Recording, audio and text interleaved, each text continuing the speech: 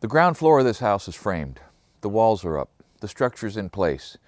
The posts that'll hold the loads that are coming down from above, it's all in. And it's braced. It's plumbed and lined and braced.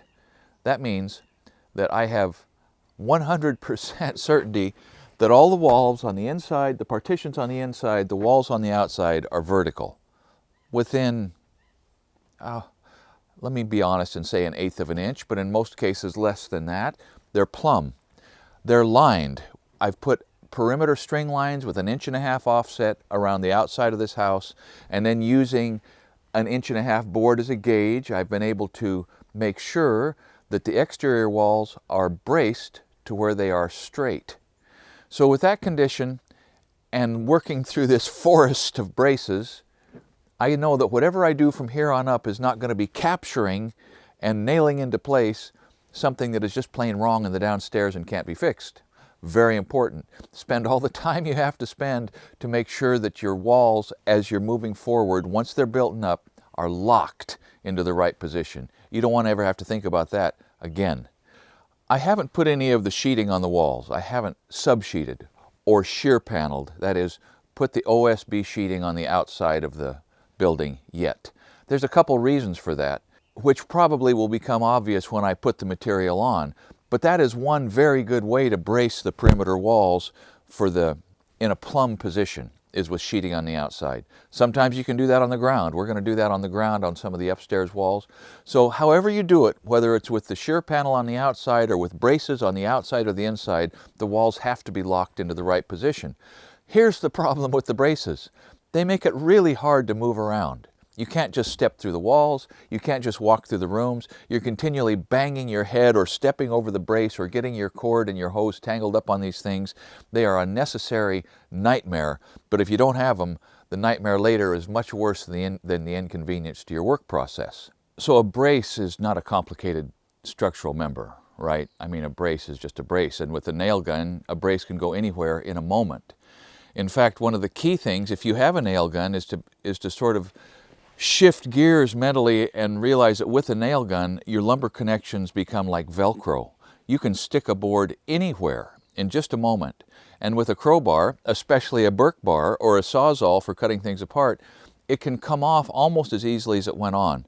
So sort of find a mental place where you can realize, I don't have to hesitate to nail something up and I don't have to hesitate to tear something down. That's really important in temporary bracing as you're moving up through the framing process of your structure. What this implies, and as you think about it, the vistas that will open up to you is, there's a lot of ways to attach a brace. I call it pasting. You can paste a brace to the side of a wall, bam, directly against the side of the wall, and then as you rack the wall, shoot it in any of 24 places to hold it. That's how this brace is working. The wall is plumbed, this old form board is just pasted right up against the side, and it's shot on here in about 4 places, and it is so permanent, and it knocks off so easily. That's maybe the first and most obvious and sort of entry-level brace in bracing a reasonably long wall.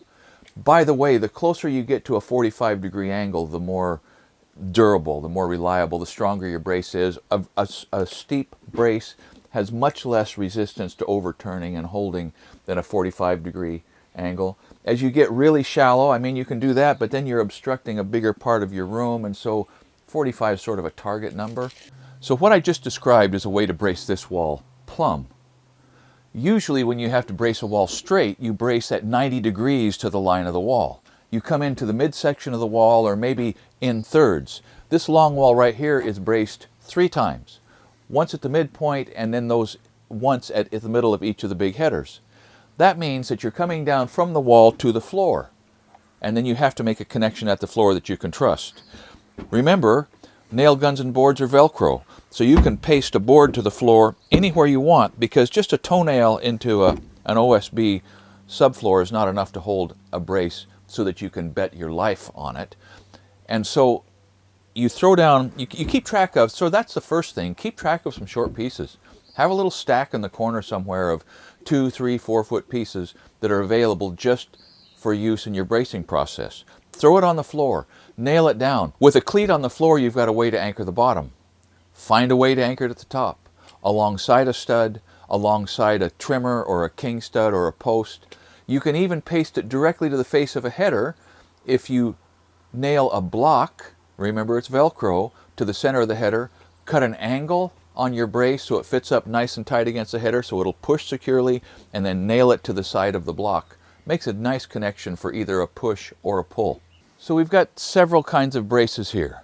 We have this one, bracing in this direction, this one at the middle of the header, this one at the middle of the wall, continuing to hold things straight, measured against my offsetting line. We've got another brace up against the wall, pasted up tight, ensuring that that other brace over there is doing its work. So there's just some things to think about, that you just can't have too many braces, that you can be creative and think out of the box and think of new ways. For instance, in the same way that I nail a block to the floor to capture the bottom of a brace, you can nail a block to the wall to capture the top of a brace. Now, it's not rocket science, but that's way better than just toenailing a brace to that header and hoping that it stays there. So in the creativity that you have to develop when you're bracing, you can realize that in the same way that I nail blocks to the floor, I can nail blocks to a header. It makes a much more positive connection. You can do it any place. It takes moments with a nail gun and only a few more moments to knock it off there. So don't be afraid to blast a block anywhere you need a little extra connection on a brace. And as you're doing these things, keep in mind that if your brace sticks up into the area that your floor joists have to be sliding around on, then you have to stop the job and cut off the end of the brace or put another brace on down lower. So as you're thinking about the inconvenience that the brace is creating, you can accept that. But don't put a brace in such a way that it makes your next process impossible. So keep track of where they're sticking, keep track of where you're going to have to walk and where you're going to have to move and where your joists and your posts and your beams. Bracing becomes integral to supporting what has to happen next. Don't let it become an insurmountable problem. In the same way that a nail gun makes framing lumber behave like Velcro, it will enable you to make simple machines for your bracing process, because sometimes you really have to pull or you really have to push, and if you're a small crew or working by yourself, you just can't make it happen without some mechanical advantage. This was a small machine. You see that? Threw a block down there to pry against, got a block down here to nail to, and cut the board off at an angle that approximately matched the floor relative to the brace. 2 good nails right through the meat of that thing without splitting out the end of the board.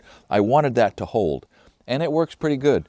This is what happens if you don't cut the angle on the bottom of the board. And it's survivable. You know, the board kind of blows up, it splits, and I've only got 1 nail in there anyhow.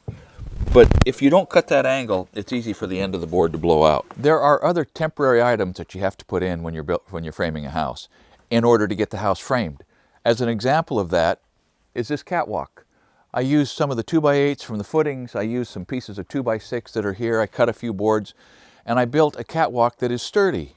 It's safe. It has to be sturdy and it has to be safe because we're going to be walking on that as we move the joists from the stack, which is up on plate line, down into their position. Got to be able to walk back and forth and not worry about hitting the ground. Which introduces really the first rule of construction, or at least the first rule of roof stacking or rolling joists, and that is you never walk on anything you didn't build yourself. Now that is not always possible, but the concept is you better darn sure be sure that whatever you're walking out on is built in a way that's going to hold you up. Because it's one thing to fall, it's quite another thing to fall when you're holding something heavy. Part of the mindset of framing a house is to realize that from the moment the lumber gets on site, every scrap of that fiber is available for a multitude of uses, and it could be used for 1 or 2 particular tasks before it ends up in its final position in the structure. This block is probably going to end up being pulled off and nailed in as a fire block somewhere, or a ridge block, or who knows. It's not done. If this is the second time this piece has been handled or cut or used, and it'll probably be handled or cut or used another time before it's part of the building that people spend good money to move into. I've built catwalks on both sides, full length, in about, between 1 foot and 2 feet from the wall edge, so it's at a good working height, and you can stand there and you can move the joists and you can lean over and back nail and toenail the rim joist down. They're in just the right spot. The one on the other side is a hybrid. I've got some wood scaffolding, a wood catwalk, and it ties into an aluminum bridge plank, as it's called, that I have, that you're going to see a lot more of when we're siding this thing. So it's a hybrid of aluminum and wood, and it's in the right spot, and it's great. To get back and forth between the two sides, I have this horrifying looking thing, which is not near as horrifying as it looks. This is an example of how nails can obviate square, plumb, and true in scaffolding. Yes. Okay, so this brace, which is standing in here way out of plumb, nevertheless is fastened top and bottom, and the scaffold plank is nailed on both ends, and it's going nowhere, even though it looks like it's something that, you know, a troop of Boy Scouts built, minus the lashing. So give some thought to the fact that for temporary shoring, temporary scaffolding, it doesn't have to be beautiful, it just has to be strong.